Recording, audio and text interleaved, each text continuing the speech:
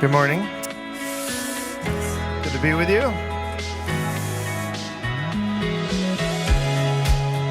Well, you all know who I am, so I don't have to share that with you. Everybody that might be watching online, thanks for joining in here on this beautiful, beautiful Sunday morning. And for those that may be watching online a little bit later, whatever day you're watching, hope you're well.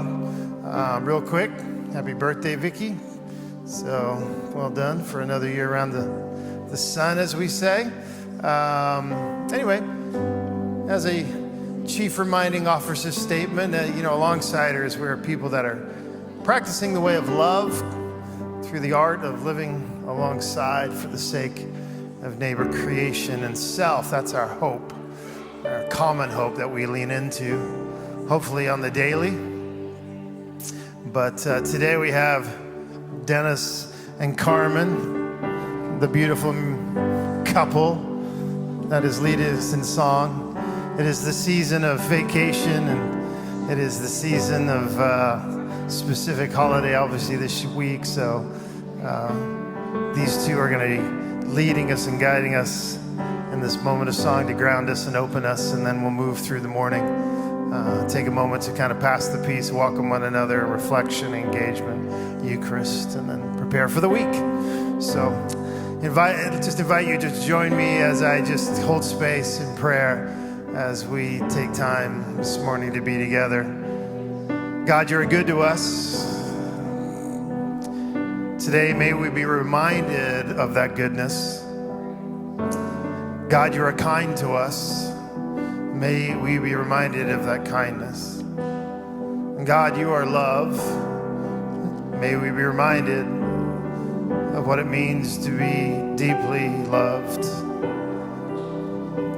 In faith, we lean into the knowledge that you are with us, you are in our midst. As we come together, you join with us. And it is the prayer that has been prayed through the morning that you would speak to every single one of us in a way that we can comprehend and understand. So may we be encouraged, may we be built up, may we be formed this morning. In your name.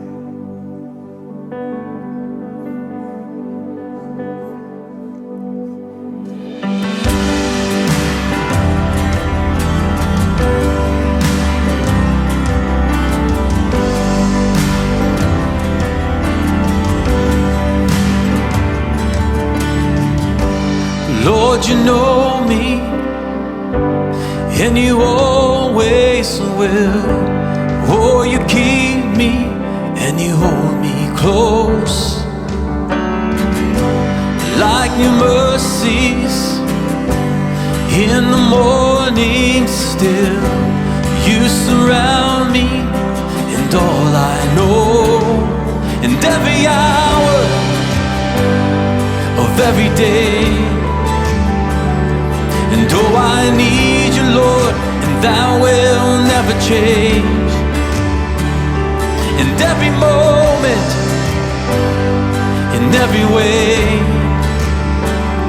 And oh, I need you, Lord, and that will never change. Oh, that will never change.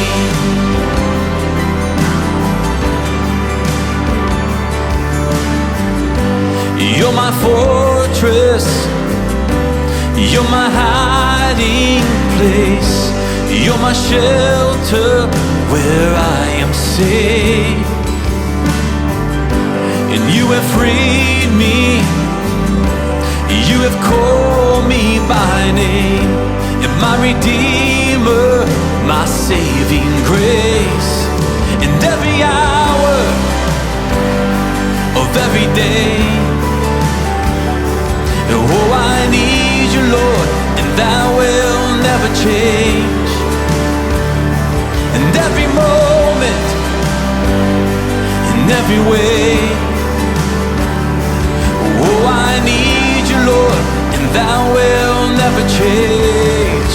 Oh, faithful, that's who you are, more than able.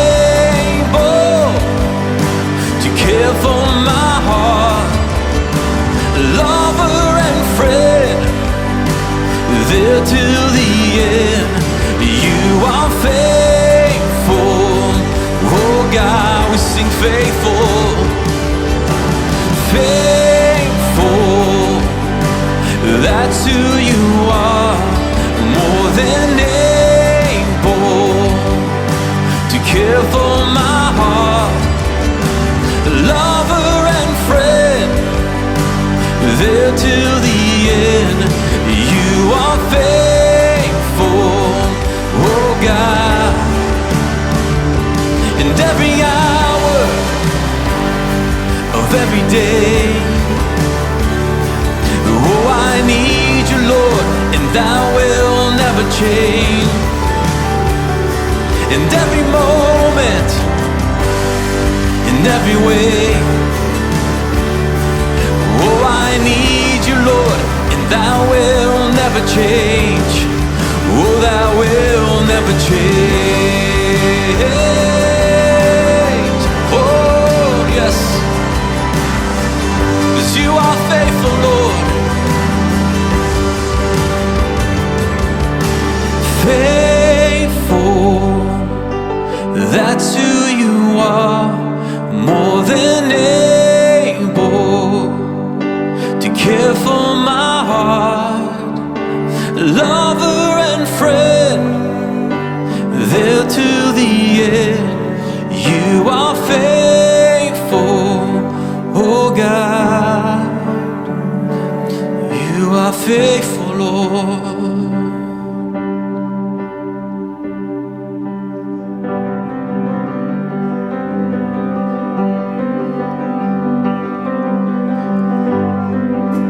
Worthy of every song we could ever sing,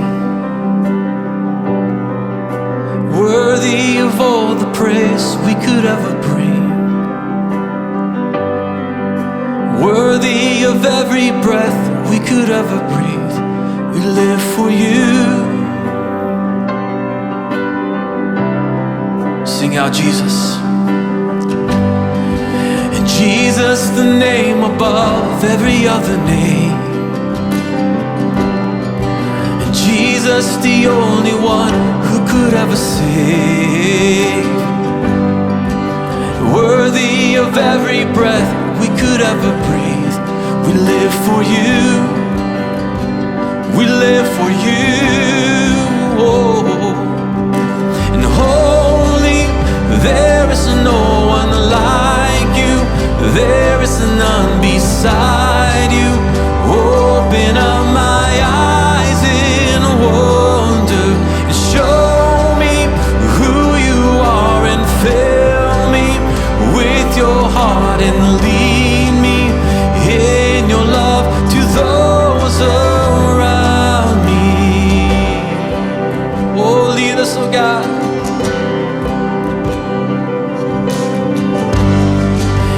Jesus, the name above every other name.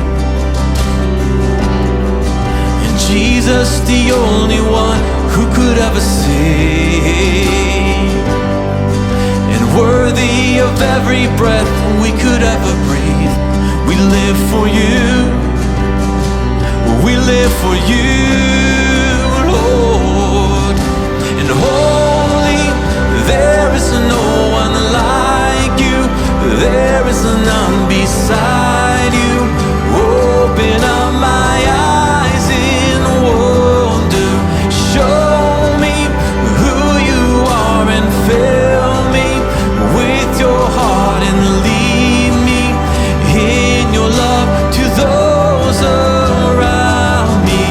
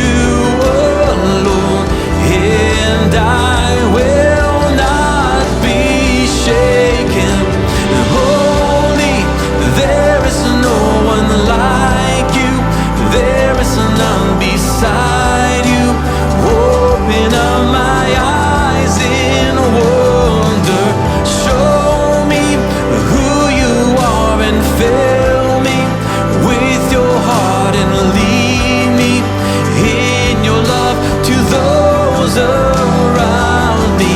And holy, there is no one like you. There is none beside you. And open up my eyes in wonder. Show me who you are and fill me with your heart and lead me in your love to those around me. Oh, you are worthy. You are worthy of it all. Sing this out. You're worthy of it all. For from you are all things, and to you are all things, and you deserve the glory. You are worthy. You are worthy of it all. You're worthy of it all.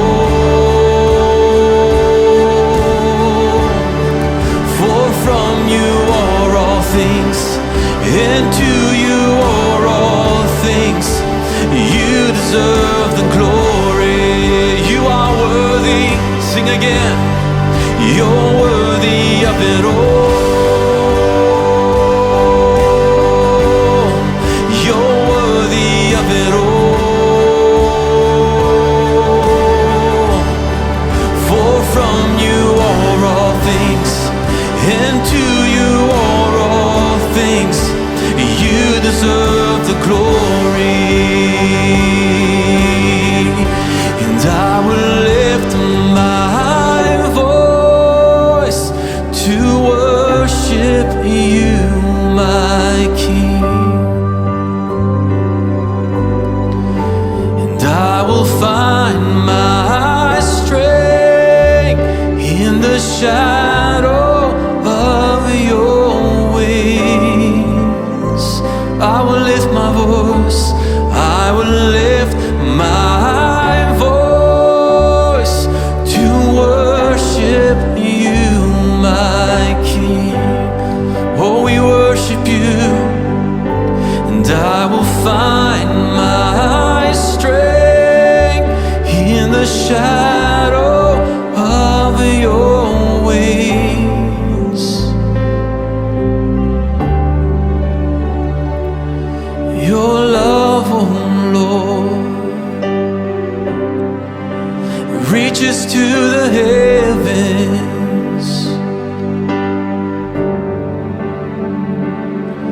Your faithfulness stretches to the sky. Oh, your righteousness and your righteousness is like the mighty mountains.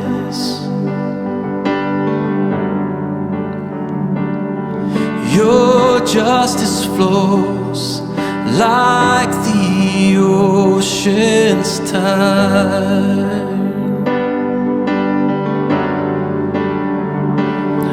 And your righteousness is like the mighty mountains. Oh, your justice flows like the ocean's tide. Just sing that again. I will lift my voice. I will lift my voice to worship you, my Lord.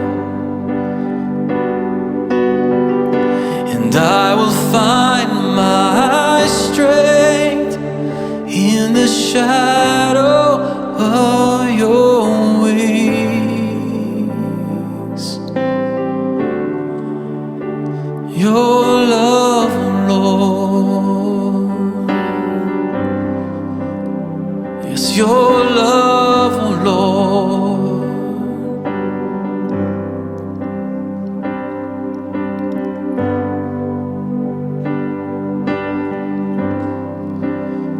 Oh, we worship you, we lift you up.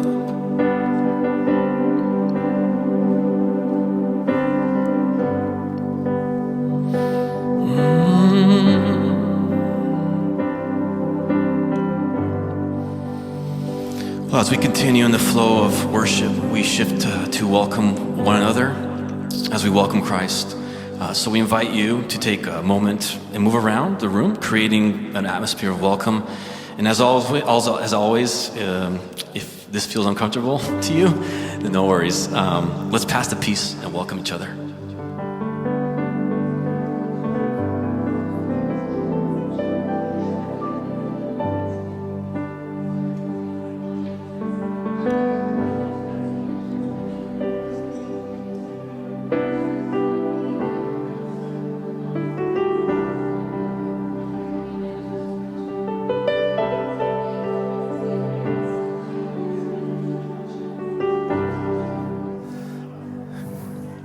As I pull you all back together, I don't know how many of you were here last Sunday. We threw together a party, a little block party in the neighborhood with our neighbors. We called it In the Hood. And as we like to do, we just like to take some video and to be reminded of it. And once again, to be really reminded of how this speaks of your generosity and the way that you give fiscally to make these things possible. And the amount of just gratitude that I heard from the neighbors that live up and down Flanders, just to watch how, I don't know, over the top sometimes we get with our parties, which I'm all about being generous with our parties, throw more parties, less stones. Is a very Jesus thing to do. So we captured it. Actually, John Betts, who's kind of a new part of the team here now, he's a documentarian, and he put this video together so you can kind of see some of his art at work. But here's a little bit of what happened last Sunday.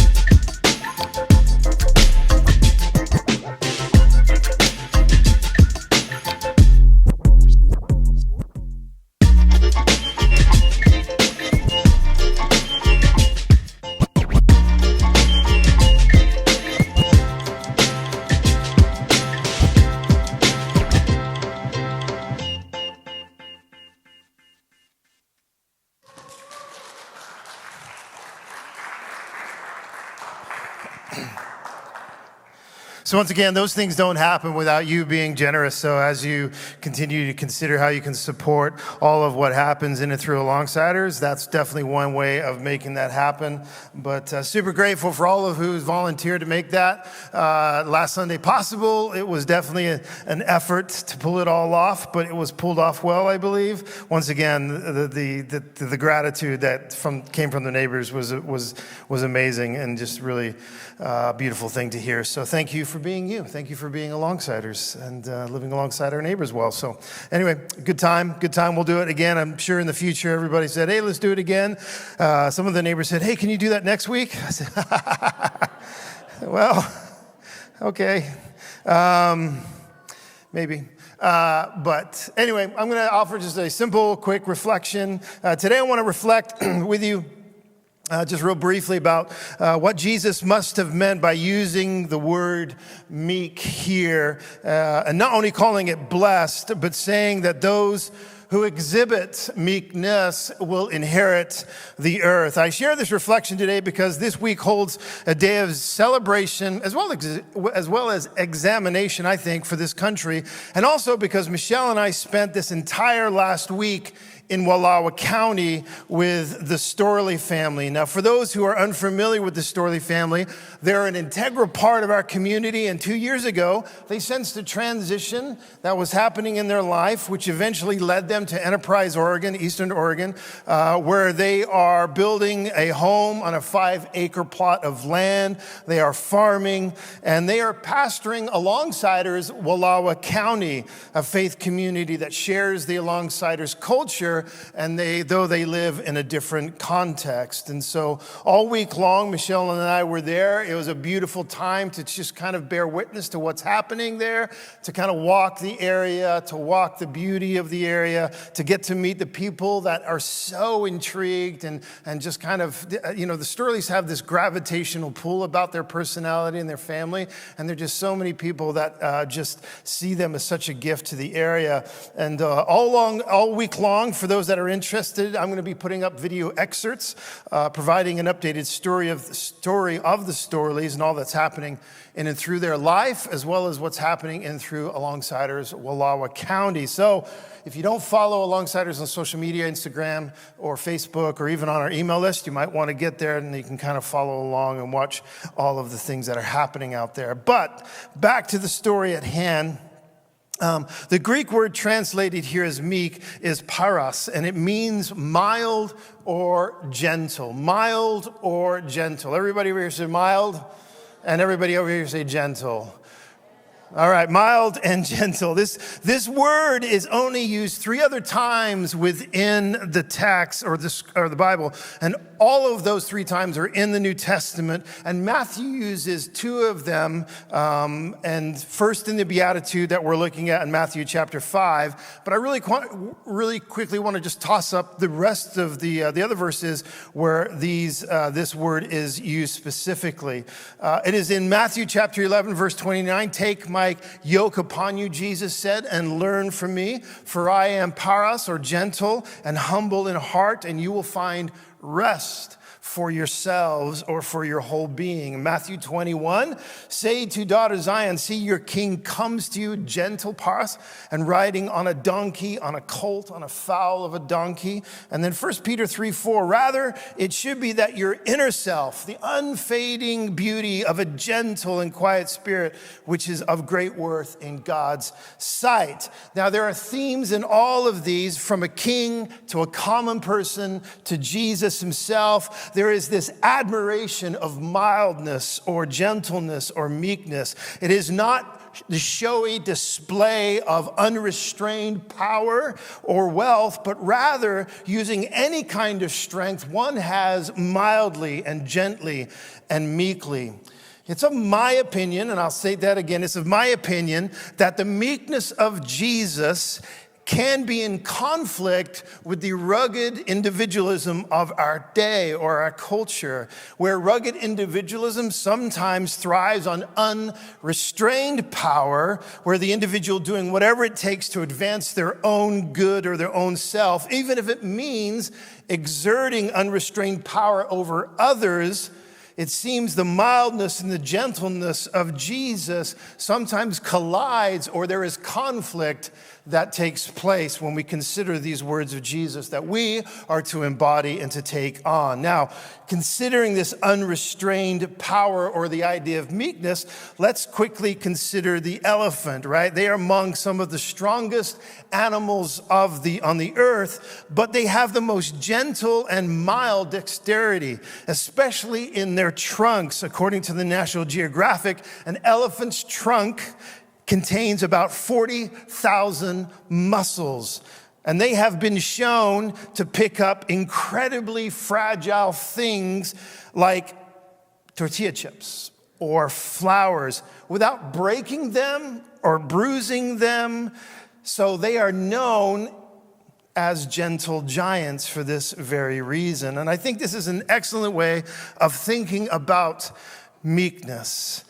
It isn't a lack of strength. It is a disciplined strength. It is a strength under great control.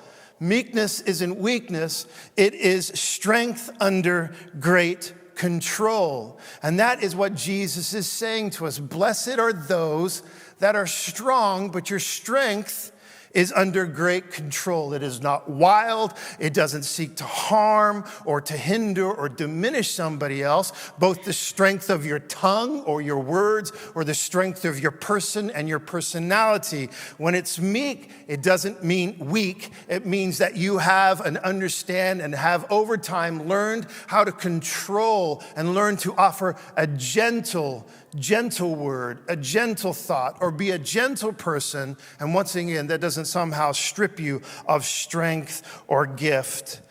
And in Matthew 5:5, it is referring to one's strength and power being freely put under God's control, which makes us mild and it makes us gentle. It doesn't, once again, strip us of our dynamis or our power, but it does put it under control. And I think that's important today. I think this is why this beatitude sometimes may not be so popular in our culture, even among Christians or Americans who value independence and self-reliance. Restraint can somehow be a cuss word.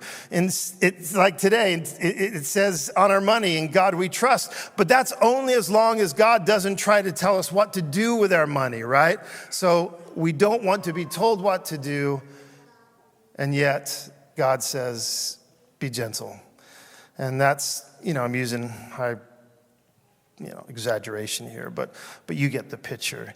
We bristle when we are told there are restraints and boundaries on how we can use our strength and our power. And even in the Greek or Roman culture of Jesus' day, there are many people that felt the same way. It is the powerful, the forceful, those who win by any means necessary that will inherit the earth. This is culture of Jesus' day. This was the Roman occupation. This was history. This has been the history of people looking back. It is the powerful. It is the forceful that exert sometimes uncontrollable power. That's how we inherit the earth. That's how we take land. And it's only those who are willing to do what it takes to get ahead by any means necessary will succeed. Only people like that will rule and inherit the earth is sometimes the unverbalized mantra. And yet in the middle of this belief in the middle of this Roman, Greco-Roman world and all of that belief of what maybe the Roman culture was speaking of that day, Jesus inserts this belief that confronts it all by saying, oh, hold on, fortunate, happy, blessed are the meek, for they will inherit the earth. Those that know what it means to be under the power of God, who is gentle and kind and patient and perseverant with us. When we are under that type of control, then they will inherit the earth. It is the gentle, it is the mild, it is those who use their power in a disciplined and controlled way, not a harsh and severe way, who actually inherit the earth. It is such a powerful contrast to how our world justifies the use of unrestrained power, even in religion. So let us think of how Jesus himself shows us this type of unrestrained power as a power that lays down his life out of the love for the world instead of using this cosmic power to force a world into submission. And his definition of power looked like a wash basin when he got on his knees to wash feet. It looks like a shepherd's staff. It looks like a cross. It looks like an empty tomb. It doesn't look like a sword. It doesn't look like a gavel, an emperor's throne, or a flag. Once we grasp this concept of meekness, it is easy to begin to see it throughout the story of God in the scripture. We see it in kings forgiving debts rather than enforcing them. We see it as fathers are receiving their son who had run away and he embraces him back. We see God desiring not to inflict the world by floodwaters ever again, by joining a covenant and joining humanity instead. We see God forgiving the Ninevites rather than destroying them. We see Jesus rebuking his own disciples who wanted to call fire down from heaven on to a Samaritan village who refused to accept Jesus. Jesus, time and time again, and what we begin to see throughout the story of God is this restricted or restraint, this love and meekness and gentleness. It is the mild, gentle, and restrained who will inherit the earth. And I say all of that to say this, that while I was in Wallowa County this week, this was just something I thought of. This was something that came to me. I was reminded as I walked and as we hiked and as we just sat there, just surrounded by all of the beauty that was there to behold, this unrestrained power, this strength and yet this gentleness, this meekness that was given or presented to us as we were there, and to be held and surrounded and welcomed by the beauty of creation, the gentle wonder of the earth, and calling really me to attention, inviting me to contemplate and to listen and to remember these words of Job that I think are really important words for us to remember, that ask the animals and they will teach you, or the birds in the sky, and they will tell you. Speak to the earth, and it will instruct you. Let the fish in the sea inform you, and which of these does not know what the hand of the Lord has done? We're surrounded by a world that talks, that doesn't stop speaking. We're part of an ecosystem that has been engaged in a vast conversation way before us and way beyond us or after us. Every tree and bush, every flower and creature, every hill and mountain is on fire with the breath of God. Every bush is aflame, as Moses experienced, if we're just willing to pay attention to this unrestrained power of God in and through the beauty of creation. And when we were there, Michelle and I was just thinking about this, the fact that we're surrounded by this meekness, surrounded by this gentleness. Though it's strong, these mountains and these stone, the way they're carved out, and these valleys and all of the beauty, sometimes the harshness of landscapes, but there's a deep gentleness found within them. Blessed are the gentle, for they will inherit. That word inherit is to share in, to receive. So blessed are the gentle, for they will inherit, share in, and receive the earth as the gift that it is. The earth, I think, yearns to teach us languages we didn't even know existed, or ways to live that we need to be reminded of, like the way of unrestrained power and gentleness and meekness. And I think in and through the fact that we'll be celebrating this week about our independence, may we be reminded of an unrestrained power and of gentleness that needs to be something that is embodied in and through our lives, in and through the church in the world.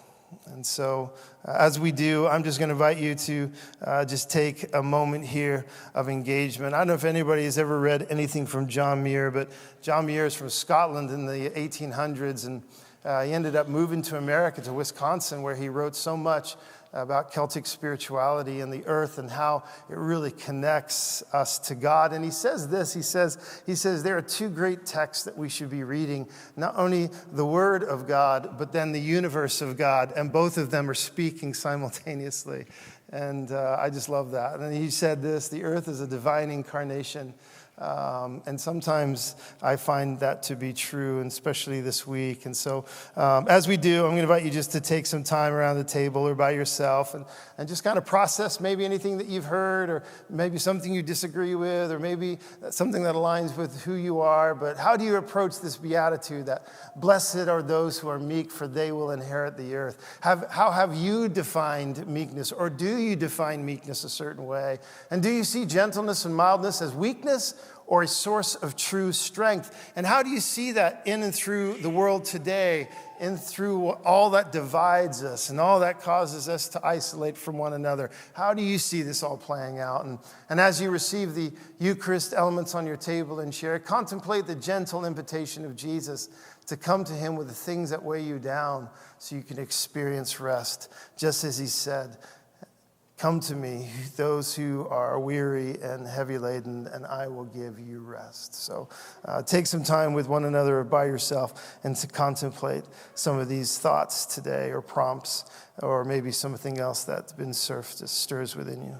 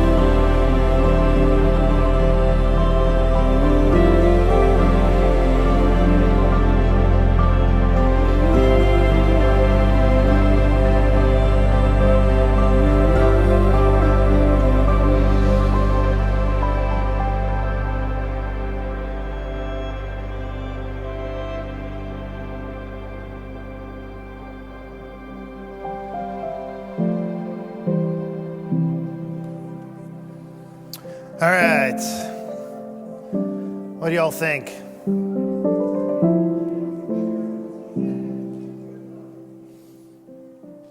So I mentioned in the back that maybe the earth does respond back at us when we use, how do you say it, Si? He doesn't want to tell us. Yeah.